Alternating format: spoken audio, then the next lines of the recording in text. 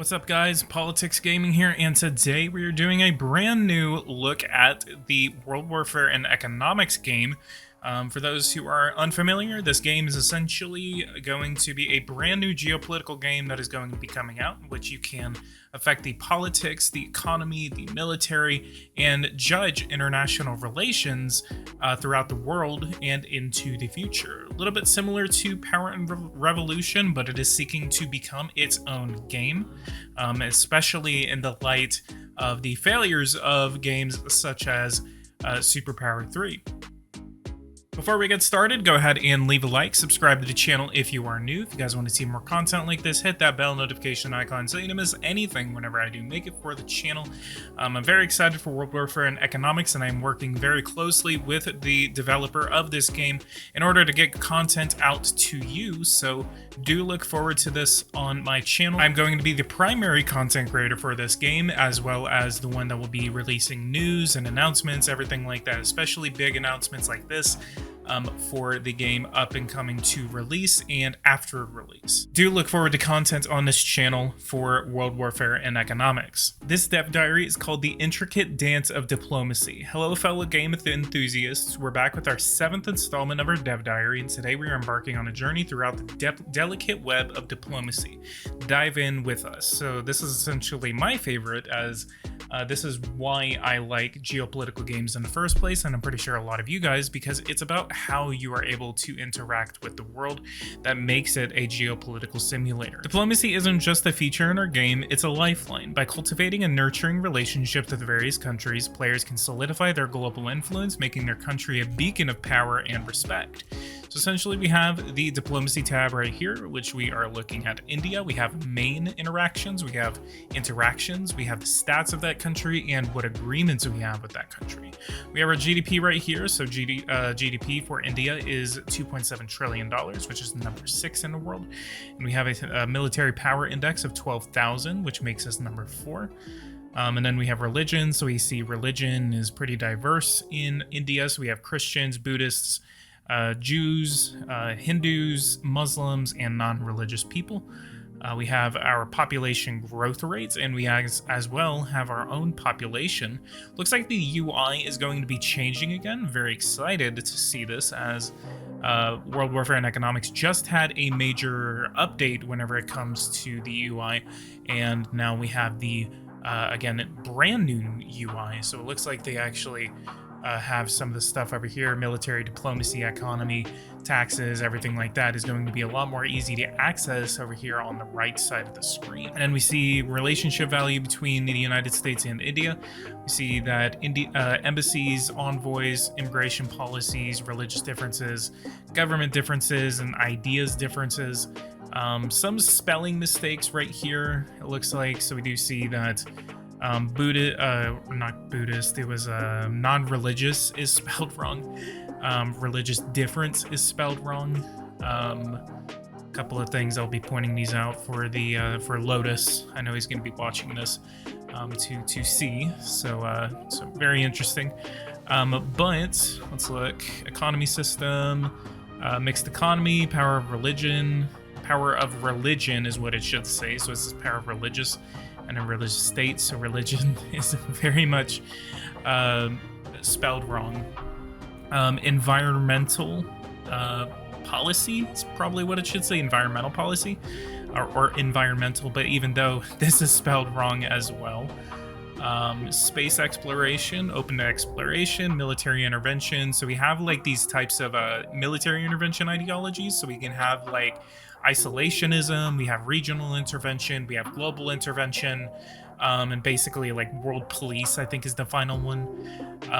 And then we have foreign affairs. We are friendly with the world, so we try to seek out relationships with the world.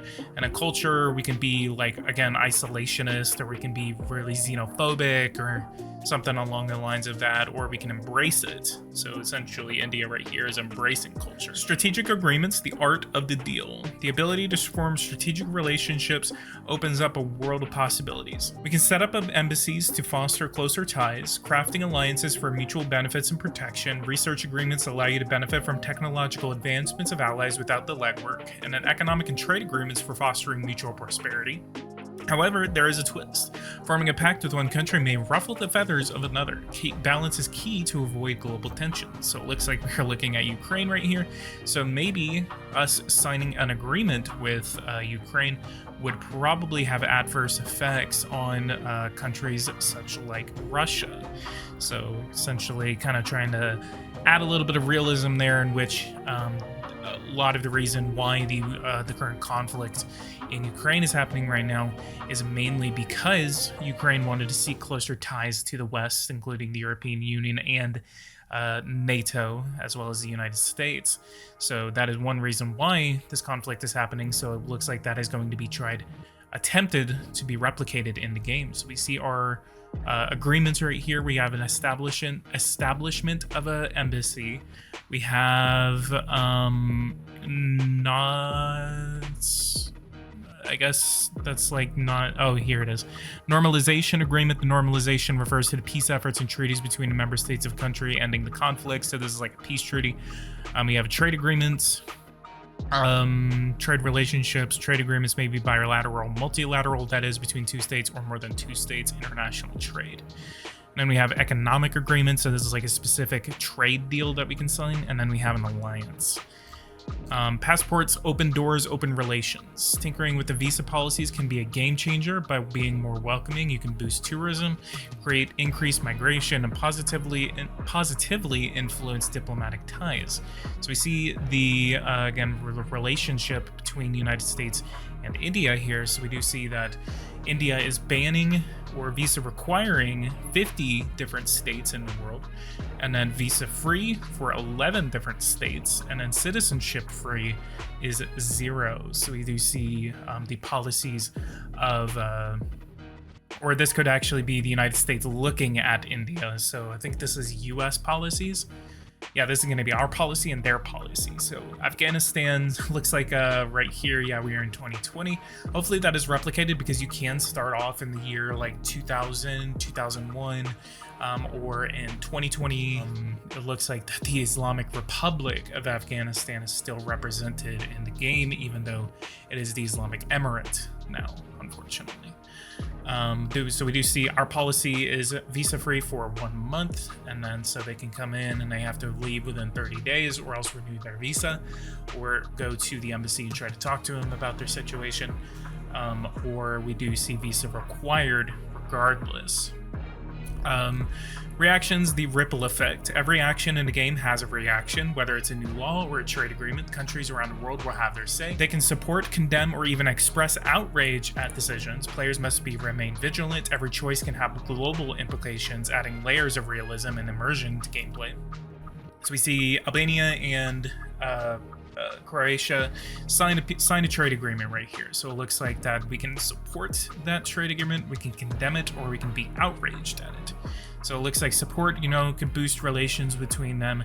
Condemning maybe kind of is like, come on, like kind of downgrades relations a little bit, or we can outrage it, maybe even drastically affects relations even more.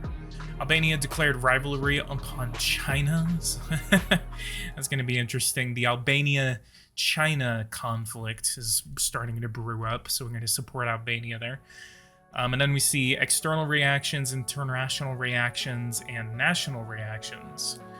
They support Australia's signed normalize agreement with Denmark. United States of America supports Austrian normalization agreement with Denmark is probably what that should say. So is condemn, is support. That's wrong grammatically. United States of America supports Albanian trade agreement with the United Kingdom. It's probably what that should say. A little bit of a grammatical stuff. So the guy that makes this is actually Israeli. So that's the biggest thing that you have to understand about this game, is that why some of these don't look exactly, grammatically correct. You have to understand that the guy is still learning, and So I'm very much trying to help them out as much as I can when it comes to this, and I'm actually going to be working with them very soon to kind of go through and just kind of talk about each and every aspect, how, you know, the grammar can get better. And he also has people working in the background that are correcting things like that, so we will see a lot of that being fixed by release date. Should be. Trade and loan, strengthening ties. Building a robust relationship often starts with economics. Sign trade and loan agreements. We gradually bolster ties, and for those looking for the quickest boost, arms deals offered unparalleled diplomatic influence. So those look like right here, so we can import and export. So I believe right here is where we can click to buy certain products, or I think even here we can also say that we want to block off the trade of these types of resources right here. So like trade deal, and then we have lift and embargo on the left, and then so we can go over there and click on all of these circles right here. So we can say if we don't want to sell sheep over to Canada, then we can block the sale of sheep, and etc. So we have diplomatic actions, we have send envoys, we have trade deal, we have a loan deal, we have economic aid, we have international routes, we have ask to join an organization, we have sending of an insult or a lift and embargo. And then military actions, we have offer arms deal, buy unit licenses, intelligence network, and declare war. And then so right here we have what trade deals look like, so we can send the amount that we want to sell to them, and then we can have the price. So we can say our price is going to be 146, and then their price is 153. So it'd probably have to be somewhere right in between that. And an estimated result right here is probably the probability of what could be signed over to them. And then right here we have a loan deal with Germany. So we see that we are loaning Germany $102 billion at an interest rate of 29.56% for a process of 10 years.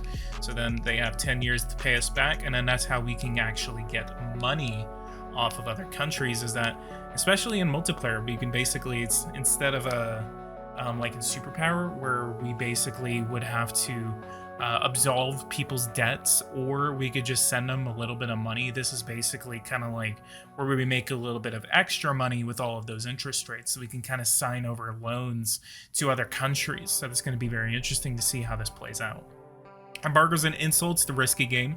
Lifting embargoes can disrupt trade ties not only with the target country, but also with their allies too. Imagine facing an embargo from a powerhouse like the United States. Trade becomes a maze. But for players who enjoy a little bit of drama, send public insults to rival nations and watch the fireworks. So we see right here, send insults, and then we can go over to Iran and say it will harm our relationship by 0.66% monthly. And then we can say your realm is as sprawling as your competence is limited. Just as a toddler shouldn't play with knives, a fool shouldn't meddle with nations. Your reign is the perfect illustration of why some bloodlines should remain thin. Jesus. Your leadership is as aspiring as a fish on land, flopping out, gasping for breath, yet accomplishing nothing. Your strategies would be laughable if they weren't causing so much misery to your people. And an incompetent, imbecile, and indecisive, a perfect trifecta that seems to form the core of your reign. And then your legacy, I presume, would be a masterclass in mediocrity and a poor governance. Consider a new profession, even as a court jester. You'd be a disappointment. And then we see right here, lift an embargo. We have the same stuff right here. We can lift an embargo on them, or we can just select different resources that we can sanction against them. This action will harm our relationship significantly, and then we can lift all of them at the same time. And then organizations in the United Nations, international diplomacy hubs. Interacting with the international government organizations, or IGOs, can significantly enhance your diplomatic clout. Achieve their objectives, donate funds, and watch as nations begin to view you favorably. Similarly, aligning with global resolutions in the United Nations can cement your country's position as a diplomatic leader. And you see right here, we have organizations like the IMF, the OECD, the NSG, the OPCW, we have the IEA, we have all these other organizations that we can actually have right here. So we do see that we have the name of these organizations established in 1974, the International Energy Agency, I believe this is going to be the International Atomic Energy Agency.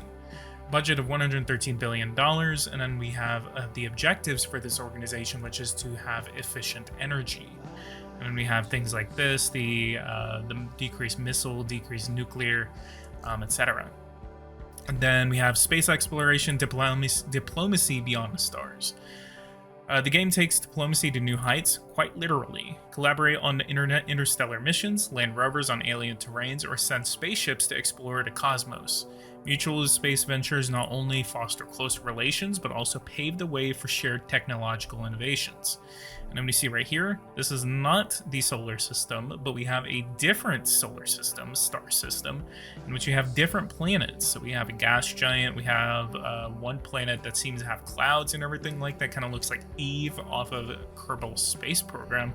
And we can actually send space probes to these planets and then possibly invoke response from alien civilizations who will come back and you will have to fight them off. So essentially, this is kind of like a little bit of a trolling factor in multiplayer games where you send a space probe and then maybe like 30, 40, 50 years later, you have to fight off an alien race and work together to try to stop the alien invasion. At least that's what I know from past devlogs that we've heard. Pack your bags and your diplomatic toolkit as you navigate the nuanced landscape of global relations. Every move, every alliance, every challenge awaits you in this thrilling odyssey. Ready to lead your nation to diplomatic stardom? Join us in this grand adventure. Essentially, this is, again, Dev Diary 7 for World Warfare and Economics. If you guys are very excited for this game, I know there are a lot of you guys who are. Some of you guys are kind of starting to get worried about it. We're getting very close to the release date for this. Whenever it starts to get closer, I will be previewing it on my channel, especially a lot of gameplay that I am very excited to start to preview. I am going to start working with the developer to try to start getting more gameplay up in future videos, so I will definitely start to do that. So do look forward to that on the channel. Otherwise, guys, leave a like, subscribe to the channel if you are new. If you guys want to see more content like this, hit that bell notification icon so you don't miss anything whenever I do make it on the channel. And I will see you guys in the next video. Thank you guys so much for watching. Take care.